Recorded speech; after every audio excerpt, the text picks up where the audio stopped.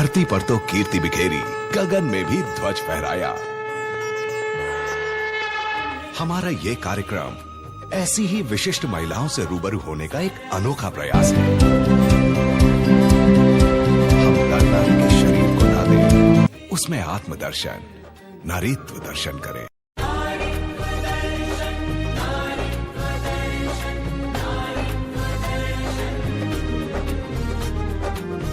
दीप में है ज्योति दर्शन, सीप में है ज्योति दर्शन। दीप में है ज्योति दर्शन, सीप में है ज्योति दर्शन। दीप में।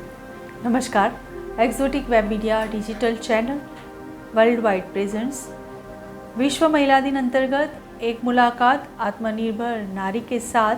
और आज हमारे साथ है सूरत की एक फैशन इंडस्ट्री के साथ जुड़ी हुई नीरू रस्तोगी जी। नीरू जी, आपका स्वागत करती हूँ हमारे इस शो में। डी कुशालबाई ज्वेलर्स और एक्सोटिक परिवार की ओर से विश्व महिला दिन की आपको बहुत बहुत शुभकामनाएं। नीरू जी से बात करते हैं। वो एक ब्यूटी पेजेंट में हिस्सा लेके आई है। साथ में जो हुई है, वो जो उन्होंने जो अचीव किया है वो है इंटरनेशनल यूनिवर्स ग्रैंड माँ ग्लोब 2020 में वो टाइटल विनिंग होके आई है, और वो भी यूरोप में। तो वो जर्नी जानने की हम कोशिश करेंगे, लेकिन उससे पहले नीरू जी मैं आपको पूछना चाहूँगी कि आप अभी तो एक दादी है, तो आपने जिस तरह से कहा कि मैं पेजेंट में विनिंग होके आई हूँ, आपने 2019 में भी पार्टिसिपेंट कहीं पे किया था और वहाँ पे भी विनर होके आई है, बट आपकी ये जर्नी की शुरुआत कैसे हो? क्यों आपको यहाँ पे जाने का मन? सब लोग जाते, मिस होते हैं वो तो जाते ही है, लेकिन मिसेस बनने के बाद आपने क्यों ये सोचा कि मैं ये पेजेंट में हिस्सा लूँ? एक्चुअली मैं हेल्थ वाइज काफ़ी बीमार रही। मेरी 5 मेजर सर्जरीज हुई और लास्ट 10 ईयर्स से मैं शुगर थायराइड से भी लड़ रही हूँ जी। तो एक टाइम पे मैं एकदम बेड पे थी लिटरली, और मुझे बहुत डीप डिप्रेशन हो गया था। तो मुझे लगा कि मेरी लाइफ अब एंड हो गई है। जी जी जी। तो इसके बाद फिर मैंने मेरी बड़ी बेटी की शादी की। मेरी 2 बेटियां हैं और एक छोटी प्यारी सी नातिन की नानी भी हूँ मैं जी।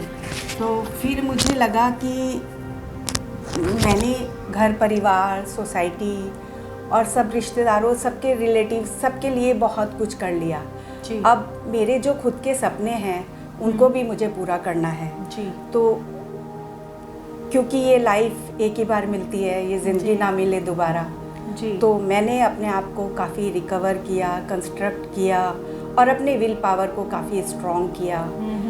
कई तरह की मैंने योगा किए और दूसरे सब फिटनेस के मैंने सारे जो फिटनेस किए मैंने कई तरह के जी। फिर साथ ही साथ चूँकि मैं नॉर्थ की हूँ और मैंने गरबा भी सीखा और उसमें भी मैंने कई जगह प्राइज़ विनिंग किए जी।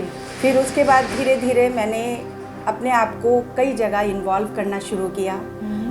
2017, 2018, 2019 में मैं सूरत में अलग अलग क्षेत्रों में मैं तीज क्वीन बनी, करवा चौथ क्वीन बनी, वैलेंटाइन क्वीन बनी। फिर मैंने 2018 में गुजरात स्टेट में ब्यूटी पेजेंट के लिए अप्लाई किया जी।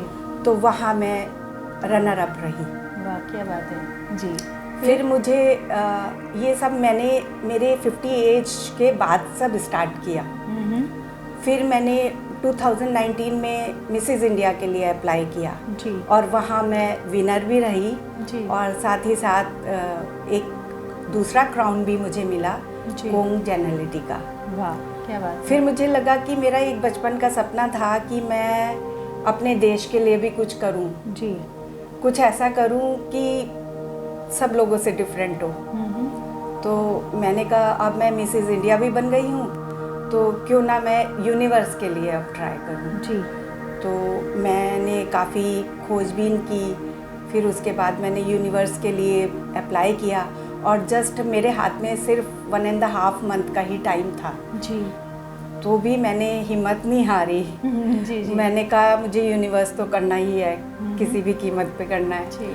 फिर मैंने उसकी तैयारियां की सब, और वहाँ से भी मेरे पास काफ़ी क्वेश्चंस थे। और वैसे भी यूनिवर्स में तो जो भी अलग अलग कंट्रीज़ के होते हैं वो विनर ही आते हैं, तो उन लोगों ने मुझे सेलेक्ट किया।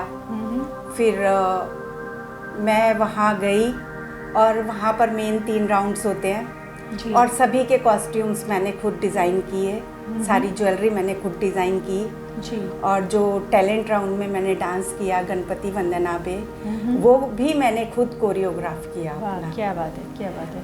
और जब मेरे वहाँ तीनों राउंड हुए तो मतलब वहाँ जितने भी लोग थे इतनी तालियां बजी, और तब मुझे वाकई लगा कि मैंने इंडिया का नाम रोशन किया है। जी। और मुझे जब वहाँ टाइटल विनर का क्राउन पहनाया गया तो वाकई में लग रहा था कि मैंने अपनी लाइफ को सार्थक कर दिया। जी, मतलब आपने जो सपना देखा था कि आपको एक अपने इंडिया का नाम रोशन करना है, अपने भारत का, अपने गुजरात का, अपने सूरत का नाम रोशन करना है, और आपका जो सपना था वो आपने वहाँ पूरा किया। मतलब ये जो पेजेंट थी वो कहाँ थी और किस तरह से आपको पता चला था कि यहाँ पे पेजेंट हो रही है? ये एक्चुअली में यूरोप बुल्गारिया सोफिया में था। जी। तो मैं अभी जो जितने भी साइट्स होते हैं और अलग अलग ऑनलाइन सब वो होते हैं उसमें, तो एफबी के थ्रू मैंने सब खोजा, सब सर्च किया मैंने। जी। और काफ़ी मतलब सर्च किया।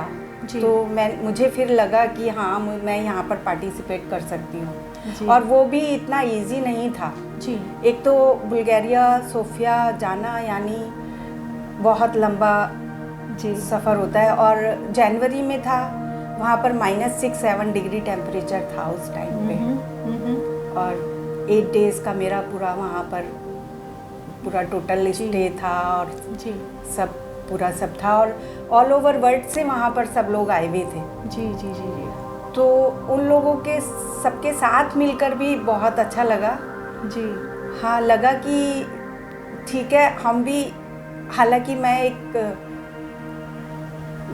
घर मतलब होम मेकर ही हूँ जी। मैंने बाहर कभी कहीं जाके कुछ किया नहीं था। जी। तो तब लगा कि हाँ वाकई में ही मतलब एक हाउसवाइफ, एक होम मेकर, एक मदर इतना सब भी कुछ कर सकती है। जी जी जी। तो तब लगा कि हाँ, काफ़ी लोगों को मैं यही भी बोलना चाहूँगी कि एज पे एक तो ना जाएं। बिल्कुल, age is just a number. जी।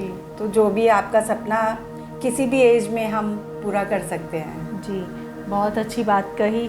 मतलब जिस तरह से आप इंडिया की थी, आपने कहा कि मैं एक हाउसवाइफ हूँ, और अभी जिस तरह से आप ग्रैंड माँ का ये जो टाइटल जीत के आई है, तो उसके लिए बहुत बहुत बधाई है ना आपको, कॉन्ग्रेचुलेशंस। आप और भी, हम चाहते कि और भी आप मतलब टाइटल जीते, विनिंग हो, और भी आप पार्टिसिपेट करते रहिए। जी, एक चीज़ मैं और कहना चाहूँगी यामिनी जी कि पंखों से कुछ नहीं होता है जी, हौसलों से उड़ान होती है जी। 50 के गुजर जाने का कोई गम नहीं कर रही हूँ मैं। जी जी जी। क्योंकि जीवन की एक नई पारी खेल रही हूँ मैं। वाह वाह, क्या बात है, क्या बात है।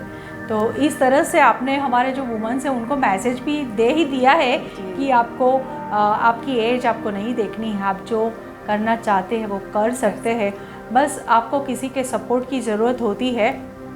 तो जिस तरह से मैं एक और भी पूछना चाहूँगी मैम कि यहाँ पे आप इतनी मतलब 50 के बाद आप गए, तो फैमिली का सपोर्ट आपको कैसा रहा? फैमिली का सपोर्ट तो था, हाँ, मतलब ये कहा गया मुझे घर पे कि ठीक है तुम्हारा सपना है, तुम्हें करना है, पर तुम्हें करना अपने आप ही है। और वैसे भी एक ये भी बात है कि हमें जिस तरह से हम खाना खाएंगे तो पेट हमारा ही भरेगा, उसी तरह से अगर हम कुछ करेंगे तो वो हम अपने लिए ही करेंगे, और सपनों को तो ज़रूर पूरा करना चाहिए।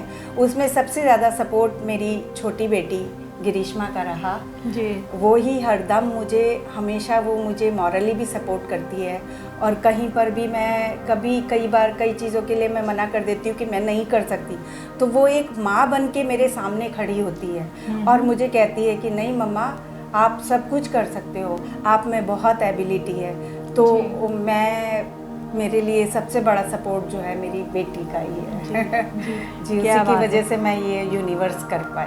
जी, बहुत ही अच्छी बात है कि आप अपनी बेटी को श्रेय देना चाहते हैं और जिस तरह से आप ये जीत के आई है। और आगे आपका क्या, अभी भी आप कुछ यही कुछ करना चाहेंगी कि क्या करेंगी अभी कुछ? अगर कोई पेजेंट जी। आता है तो क्या आप हिस्सा लेगी उसमें? एक्चुअली मैं अब पेजेंट में किसी में हिस्सा लेने की बात ही नहीं है, क्योंकि मैं मिसेस इंडिया भी हो गई हूँ और यूनिवर्स भी हो जी, गई हूँ। जी, जी। वो तो लास्ट ही होता है जी, यूनिवर्स। जी। बस अब एक यही है कि मेरे से कुछ लोग सीख पाए, जी। मैं ग्रूम उनको कर पाऊँ जी। और उनको मैं उनके लिए एक इंस्पिरेशन बन के, जी। वो मुझे देख के कुछ, ज़रूरी नहीं है कि ब्यूटी पेजेंट ही, हाँ जी, किसी भी हाँ जी। फील्ड में जिसमें भी उनका मन हो जी। और जिसमें भी उनकी काबिलियत हो, जी। वो ज़रूर से करें, हिम्मत नहीं हारें। जी, क्या बात है। जी, तो एक मुलाकात आत्मनिर्भर नारी के साथ में आज हमारे साथ थी नीरू रस्तोगी, जो एक ब्यूटी पेजेंट में हिस्सा लेके इंटरनेशनल ग्रैंड माँ यूनिवर्स ग्लोब 2020 का टाइटल जीत के आई है, वो भी यूरोप से। तो फिर से आपको अभिनंदन करती हूँ और बहुत बहुत धन्यवाद, आप हमारे इस शो में आए और वापस ऐसे ही एक मुलाकात आत्मनिर्भर नारी के साथ में नेक्स्ट एपिसोड में मिलते हैं। तब तक के लिए नमस्कार।